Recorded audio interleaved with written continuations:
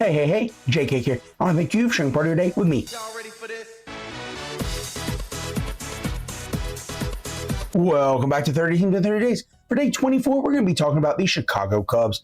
In 2025, they went 92-70. They did make it to the NLDS, but did unfortunately lose to the Milwaukee Brewers. They did make it interesting after coming back from an 0-2 deficit, bringing it to a Game 5, but did not have the firepower to bring it through. In order to get to the NLDS, they had to make it through the San Diego Dads, and they did 2-1.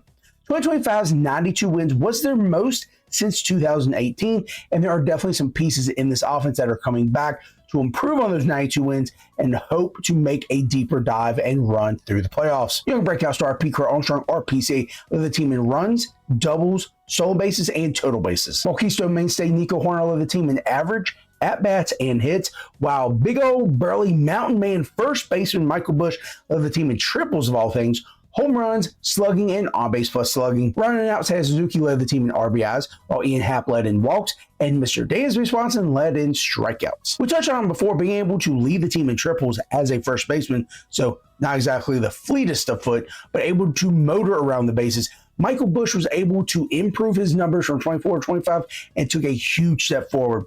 He improved his RBIs from 65 to 90, home runs from 21 to 34, and cut his strikeouts down from 162 to 139. Another guy that took a humongous step forward in 2025 was Pete Crow Armstrong, or PCA, like we talked about him before. He was able to play in only 30 more games, and you would think he was able to get some stats up, but he was actually able to double or triple some stats.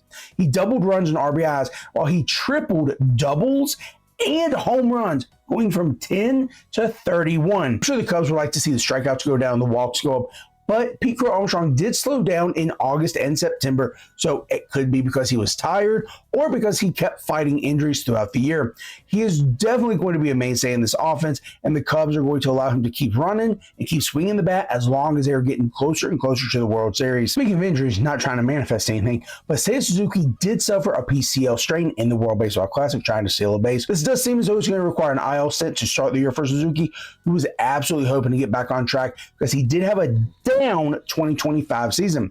Now, it seems as though he traded his contact ability for power, as he have 11 more home runs and 30 more RBIs, but saw a 40-plus point drop in his batting average. If Seiya Suzuki wants to hit the ground running in 2026, he is going to have to talk to Carson Kelly, catcher who started off absolutely blazing, scorching, molten hot, lava hot in the 2025 season. The first 20 games of the season, Kelly was able to hit 8 home runs and rack up a blistering 360 batting average. The remaining 91 games of the season, he hit 9 home runs and settled at just below 250 for his batting average. That was a huge drop-off, but that was a fun first 20 games for those of us who did pick him up just because of the hot start. Making an easy transition from catcher to pitcher, Matthew Boyd absolutely had a magical season for the Cubs. Sneaky good, and was actually the best season of his career. A 3.21 ERA and a 1.09 WHIP were his best ratios ever, along with his 14 wins, most wins ever. He also had his most quality starts with 17, saw his second most innings pitched at 179, and on top of that, Matthew Boyd was able to see his third most strikeouts in his career, 154. It's wild that he was able to do this at age 34, and the fact that there was nobody close to him in this Cubs rotation. The closest person was Cade Horton, but he fell 60 innings short and was hampered by injuries late in the season, so that was a huge drop-off for him. Speaking of Cade Horton, he did everything he could to get on the field and play through the injury for the Cubs, trying to get not only the Rookie of the Year, but to get them into a better playoff spot. Unfortunately, Drake Baldwin did win the Rookie of the Year award, and injuries did hamper Cade Horton down the stretch. The original injury was back tightness, and the Cubs pulled him after only 3 innings in a game.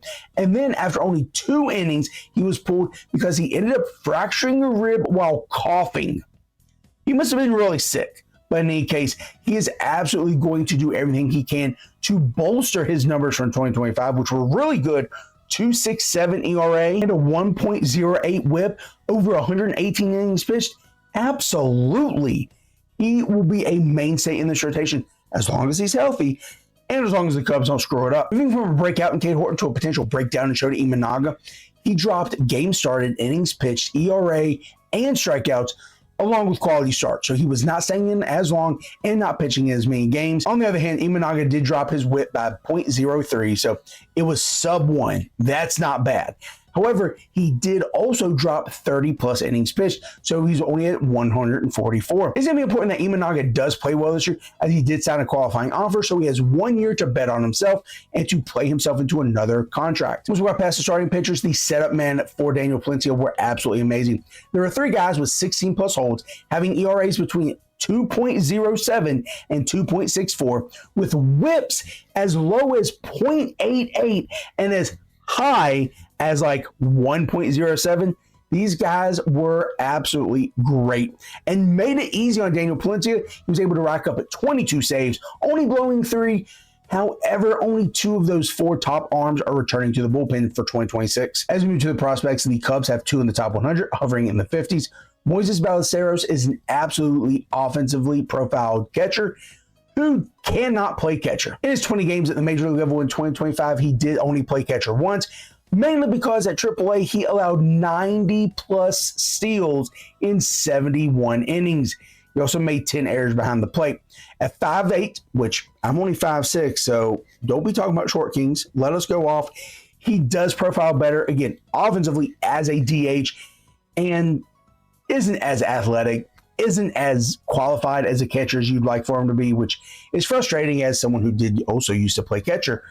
I thought we were pretty good back there, but oh well. He's still going to be making a lot of money as a DH, hitting long balls, as he has excellent contact skills. Next guy is Jackson Wiggins, right-handed pitcher who has a really good fastball, really good slider, but can work on his secondary stuff. He's absolutely waiting to be called up by the Cubs this year because they are bound to have injuries and really want this guy to work even more, as he's been limited to 137 innings over the last 2 years by the Cubs organization. As we move to the arrivals and departures, there were some really good names going in and out of Chicago this past year. Due to the loss of Andrew Kittredge in the bullpen, they tried to bolster it by bringing in Hunter Henry, also Mr. Phil Maton, who big fan of his, and Shelby Miller. He signed a 2-year contract on the shelf for all of 2026, so you're going to pay him 2 years to really see him play 1? Whatever, it's your money. They also brought in big arm Edward Cabrera to help out with the rotation. Then they brought in third baseman Alex Bregman, who's nothing but a little cheater and a punk. Then they tried to make their outfield better by giving Michael Conforto a chance. Wow. Haven't heard that name in a while. Other than Andrew Kittredge, another big name they lost in the bullpen was Brad Keller. They also lost Owen Casey, who they got in the Edward Cabrera trade. Also, Kyle Tucker, who decided to go to the Juggernaut, so just the rich getting richer. As we move to the guys you need on the fantasy teams that you're going to have all of the starting lineup, including Moises Ballesteros, because he is going to be a DH. As we move to the pitching, might not be a bad idea to look at Mr. Jameson Taillon deeper leagues and also Mr. Shota Imanaga, as long as he's not hurt. But Edward Cabrera is a pretty safe pick. Matthew Boyd with hesitation, because I do not believe him in at all, but I do believe in Cade Horton, so make sure you're looking at him. Bullpen-wise, saves and holds league, Phil Maton is absolutely a must-have for holds. And then, of course, Daniel Palencia is a must-have for saves. As we move to the bold predictions, I really don't have a lot here. I do think Nico Horner is going to have 10 or more home runs. And I also think there are going to be 4 guys in this rotation who win at least 10 games, have a sub-3 ERA, and a 1.1 to 1.3 whip. And that's going to do it for day 24. We're almost done, ladies and gentlemen. We're going to be looking to go to the Milwaukee Brewers and see how they did in 2025, looking ahead to 2026. And then we have one division left, the AL East, where I get to talk about my Yankees. Woo! In any case, this is Jake Aiken. I don't thank you for sharing part of your day with me.